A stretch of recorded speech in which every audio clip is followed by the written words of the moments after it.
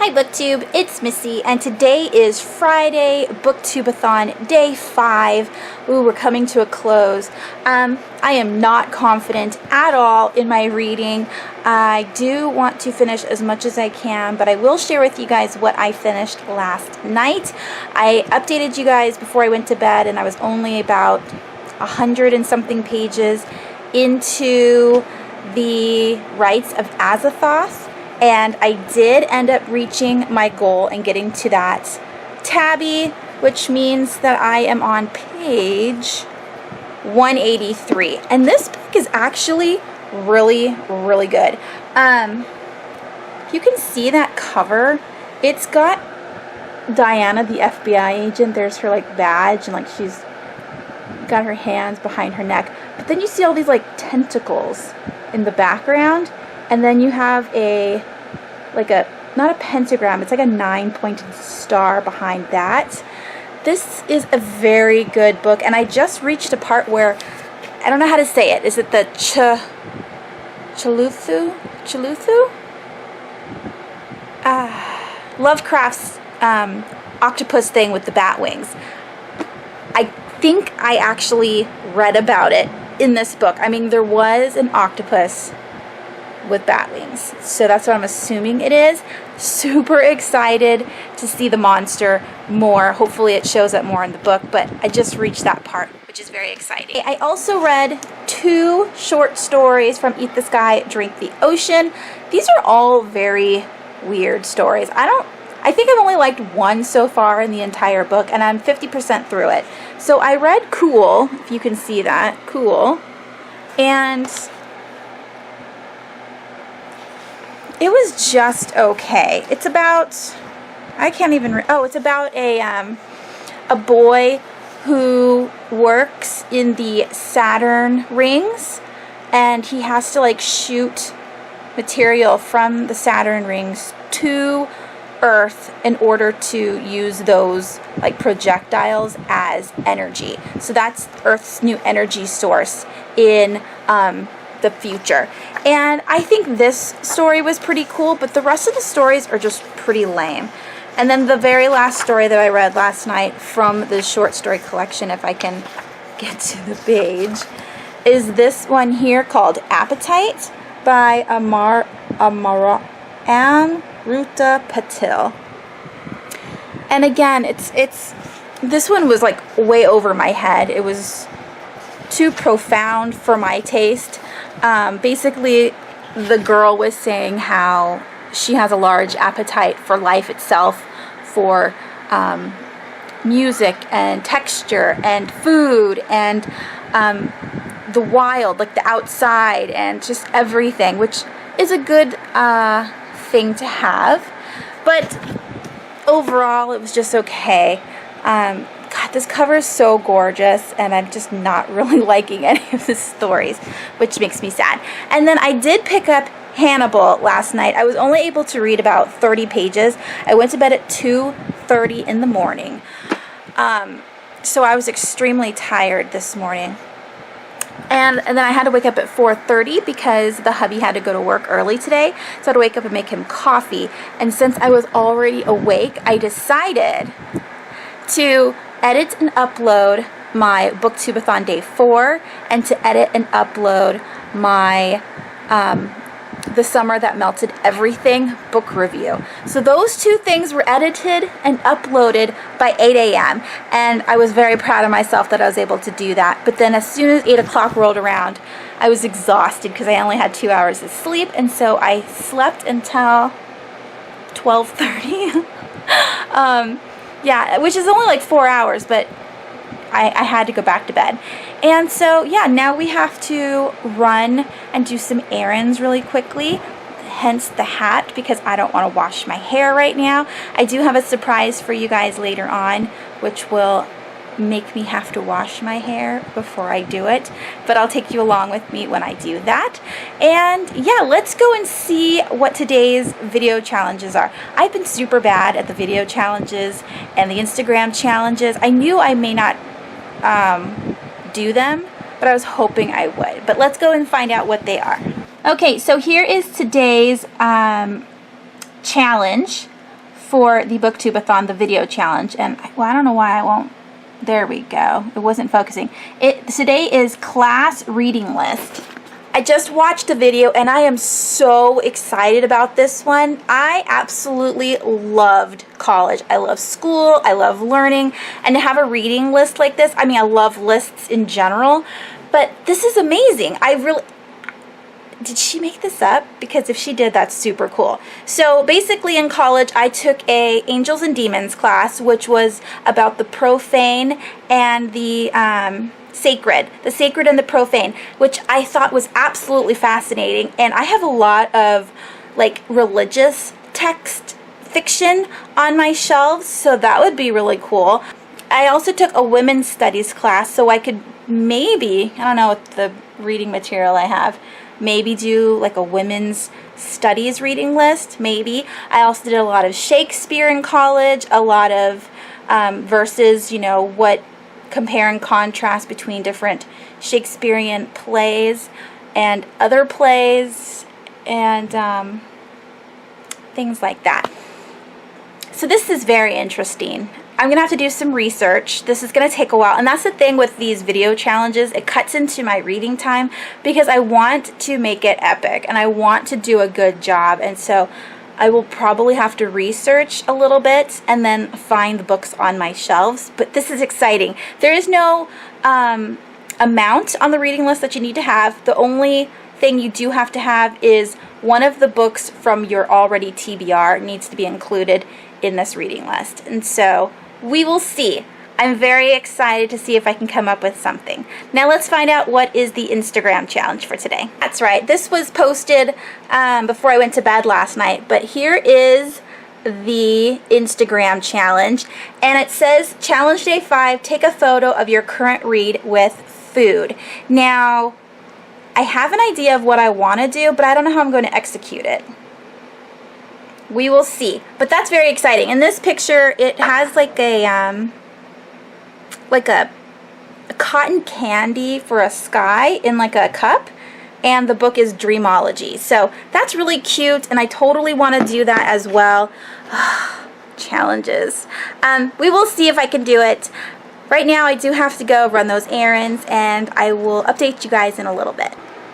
It is 6:14. I haven't read anything today. But I told you guys I wanted to do the class list, the reading list for the video challenge today, and it took me like 2 hours to get it done because of course I had to research all of this. So here we have the reading list syllabus for my classroom. I'm calling my class Serial Killer Fiction Throughout the Ages. Now, I had to look all this stuff up. I didn't know it prior to creating this reading list. So I went to the FBI website, and it says the loose definition of a serial killer is a person who kills more than 2 people in a period of time, but each killing has to have a waiting period or a cooling down period. So the killer doesn't just kill a whole bunch of people at once, because then that would be a mass killing instead of a serial killing. I went to a whole bunch of different websites, which I will leave down in the description box below in case you're curious to look at them yourselves. One of the websites that I visited, the author of the website, David Schmidt, wrote a whole bunch of information down, and he is the author of Natural Born Celebrities, Serial Killers in American Culture. I thought that was very interesting. He said that serial murder wasn't even a thing until the 1960s, and wasn't popularized until the 1970s through the 1980s by the FBI because of all of the notorious serial killers throughout that time period. The FBI agents were called mind hunters at that point, and they were doing a lot of behavioral science investigations and psychological evaluations on all these different serial killers to figure out what made them tick. Once the serial killer craze was spreading through America, nonfiction writers were starting to create crime books based on these serial killers, which then in turn inspired fiction writers to create serial killers as their main villains or antagonists in their writings.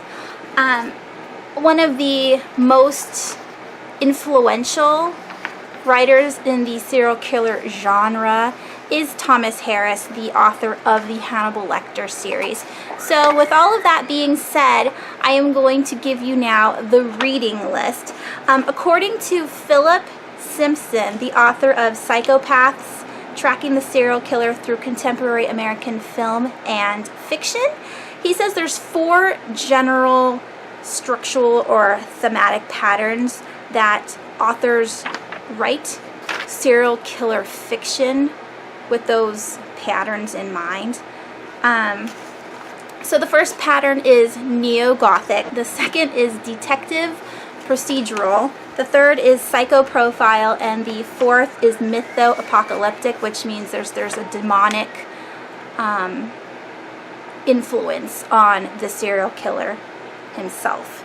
So for your reading list, there's 2 classics that I want you guys to focus on. The first one is Macbeth by Shakespeare. Macbeth is considered by some a psychopath or a sociopath. He would make people feel comfortable around him, so that way they would get closer to him, and that made it easier for him to kill them off. The second classic is Crime and Punishment by Fyodor Dostoevsky. This is about a man who kills a shopkeeper and his daughter in order to find out whether he would feel a difference morally by killing somebody. What made it a human thing? What makes it a wrong thing? So read that.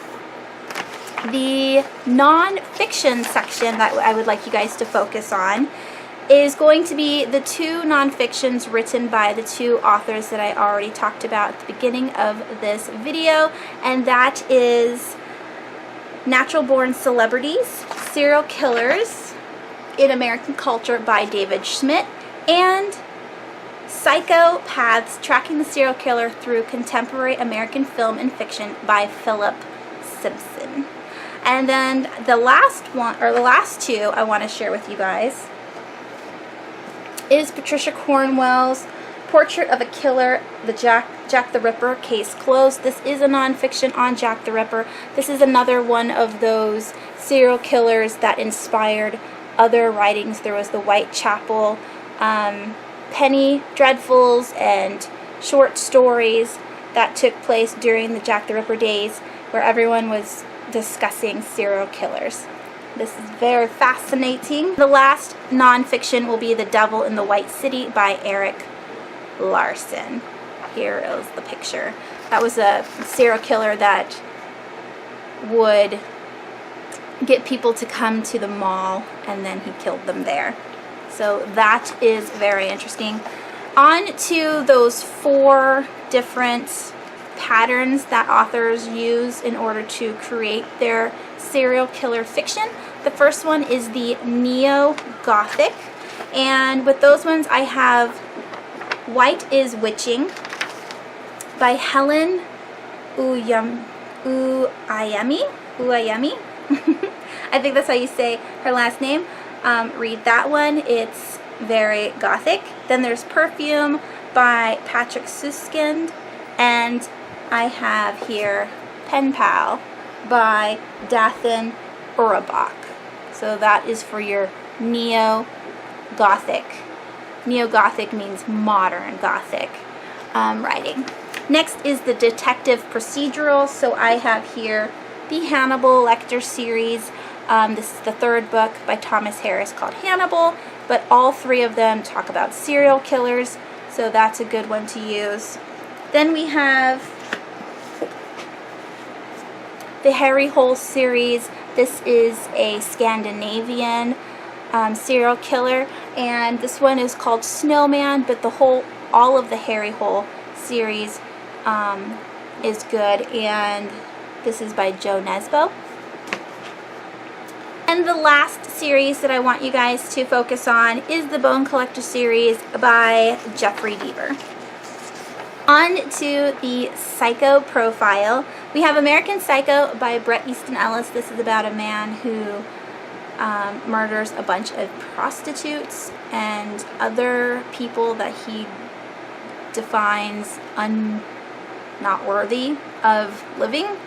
And then there's, of course, Hannibal series, which is also about a psychopath. There are a few characteristics that will define a psychopath. There is the egocentric, lack of guilt, lack of empathy, shallow emotions, impulsive, need of excitement, and antisocial. So the characters in the two stories that I talked about, there's Patrick Bateman in American Psycho and Hannibal Lecter in the Hannibal series. Those two would be considered psychopaths. Alright, and then the last pattern is the mytho-apocalyptic. This is the demonic messenger, the person who kills for ritualistic endeavors. And I have here Rites of Azathoth. There is a serial killer in here that is killing for the good of his god, and he's trying to get into his good graces. And then there's also The Diviners by Libba Bray, where there was a man who was killing ritualistically, but then he died, but now he's killing again as a ghost. So that is fun. There are two books that you can read for extra credit, and that is Clive Barker's Cabal.